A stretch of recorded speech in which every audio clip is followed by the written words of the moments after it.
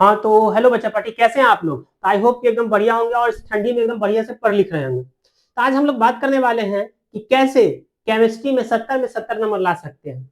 चलिए तो हम लोग जानेंगे कि कैसे 70 नंबर लाएंगे केमिस्ट्री में। तो इसके लिए कुछ टिप्स बताते हैं आपको कि आपको कैसे पढ़ना है, किस चैप्टर को पहले पढ़ना है, किस चैप्टर को बाद में पढ़ना है, कैसे टेस्ट देना है, सारा कुछ बताएंगे आपको। तो ध्यान से देखिए, how to get 70 and 70 in chemistry. तो सबसे पहले कुछ इंपॉर्टेंट चैप्टर है, टोटल 8 चैप्टर है जो पहले आपको रिवाइज कर लेना है पूरा बढ़िया से, ताकि एग्जाम में कोई भी मिस्टेक नहीं हो। वो 8 चैप्टर कौन कौन सा है? तो पहला चैप्टर है आपका सॉल्यूशन, दूसरा है इलेक्ट्रोकेमिस्ट्री, तीसरा है आपका chemical kinetics, P block and coordination compound. जैसे सॉल्यूशन का कुछ अच्छा टॉपिक जैसे होता है कॉलिगेटिव प्रॉपर्टी, कंसंट्रेशन टर्म में मोलैलिटी मोलैलिटी पूछता है, तो ये सब आपको पढ़ लेना है। जो भी अच्छा टॉपिक है जो बार बार एग्जाम में पूछा गया है, तो पीआईक्यू का सहारा लेकर के आप लोग इसको देख सकते हैं और इसको पढ़ सकते हैं। इलेक्ट्रोकेमिस्ट्री में फैराडे का लॉ जो है हर बार आता है, Faraday first law, second law. फिर कंडक्टिविटी पे क्वेश्चन आता है, मोलर कंडक्टिविटी, इक्विवेलेंट कंडक्टिविटी, तो इसको देख लीजिएगा। केमिकल काइनेटिक्स में फर्स्ट ऑर्डर और जीरो ऑर्डर रिएक्शन इस बार के लिए बहुत ज्यादा इंपॉर्टेंट है। पी ब्लॉक में अगर हम लोग बात करेंगे तो पी ब्लॉक में 5 मार्क्स इस बार आएगा आपको, सल्फ्यूरिक एसिड, अमोनिया। तो ये दोनों बहुत ज्यादा इंपॉर्टेंट है, सल्फ्यूरिक एसिड और अमोनिया। और कोऑर्डिनेशन कंपाउंड में जो है आपका इंपॉर्टेंट है नोमेनक्लेचर इसका, उसके बाद इसमें डबल सॉल्ट और कॉम्प्लेक्स सॉल्ट में क्या डिफरेंस है, और डीवीटी इस बार के लिए बहुत ज्यादा इंपॉर्टेंट है। चलिए नेक्स्ट हम लोग बात करते हैं कि कौन सा चैप्टर। 6 चैप्टर है आपका alcohol, phenol and ether. Alcohol, phenol और ईथर से 5 मार्क्स का क्वेश्चन बहुत ज्यादा इंपॉर्टेंट है। Distinguish between primary, secondary and tertiary alcohol.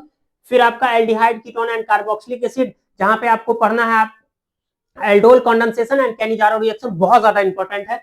और बायोमोलिक्यूल्स में आपका इंपॉर्टेंट है कार्बोहाइड्रेट और एमिनो एसिड, इस बार के लिए इंपॉर्टेंट है आपका कार्बोहाइड्रेट एंड एमिनो एसिड, जो आपको पढ़ना ही है।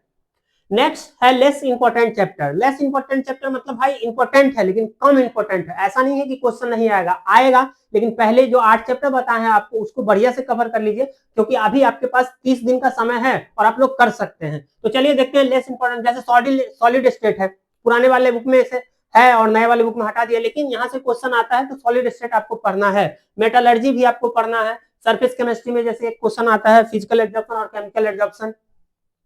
फिर सरफेस केमिस्ट्री में ही क्वेश्चन आता है इमल्सन के ऊपर, तो ये सब आपको पढ़ना है। नेक्स्ट चैप्टर है आपका एमीन। एमीन में इंपॉर्टेंट है carbylamine reaction and Hofmann bromide reaction, जो है बहुत ज्यादा इंपॉर्टेंट है। हेलो एल्केन और हेलो एरिन में बताए हुए हैं Wurtz reaction, Wurtz Fittig reaction, ये सब बहुत ज्यादा इंपॉर्टेंट है इस चैप्टर में।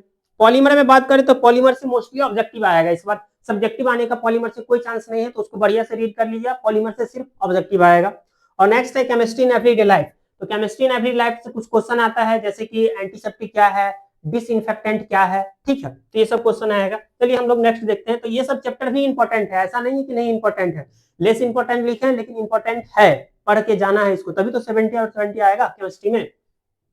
नेक्स्ट बात करते हैं हम लोग कि कैसे होगा ये। तो सबसे पहले जिसका भी सिलेबस बाकी है भाई, जैसे भी हो आपको सिलेबस कंप्लीट करना है, पूरा ऑब्जेक्टिव जो है बता दिए हैं, तो हमारे चैनल पे आप लोग पूरा ऑब्जेक्टिव देख सकते हैं। अभी वन शॉट वीडियो भी आएगा, कुछ कुछ चैप्टर का हमने वन शॉट दे दिया और जल्दी ही वन शॉट वीडियो आने वाला है, तो उसके थ्रू आप अपना प्रिपरेशन कर सकते हैं। रिवीजन, एक चैप्टर का रिवीजन कम से कम आपको एक दिन करना ही है, क्योंकि आपके पास कितना दिन है, 30 दिन है। एक चैप्टर रिवाइज करेंगे, 15 दिन में रिवाइज हो गया, फिर से दोबारा रिवीजन कर लीजिए। और उसके बाद आपको एक फुल लेंथ टेस्ट देना, पूरा टेस्ट देना है एक सप्ताह में एक बार। फिर अपने रिजल्ट को एनालाइज करिए बढ़िया से, ठीक है। तो ये अगर ऐसा हम लोग करेंगे तो 70 और आउट ऑफ 70 कोई नहीं रोक सकता है, और आप लोग कर सकते हैं भाई। जवानी में नहीं करोगे तो कब बुढ़ारी में करोगे, कर सकते हो। धन्यवाद।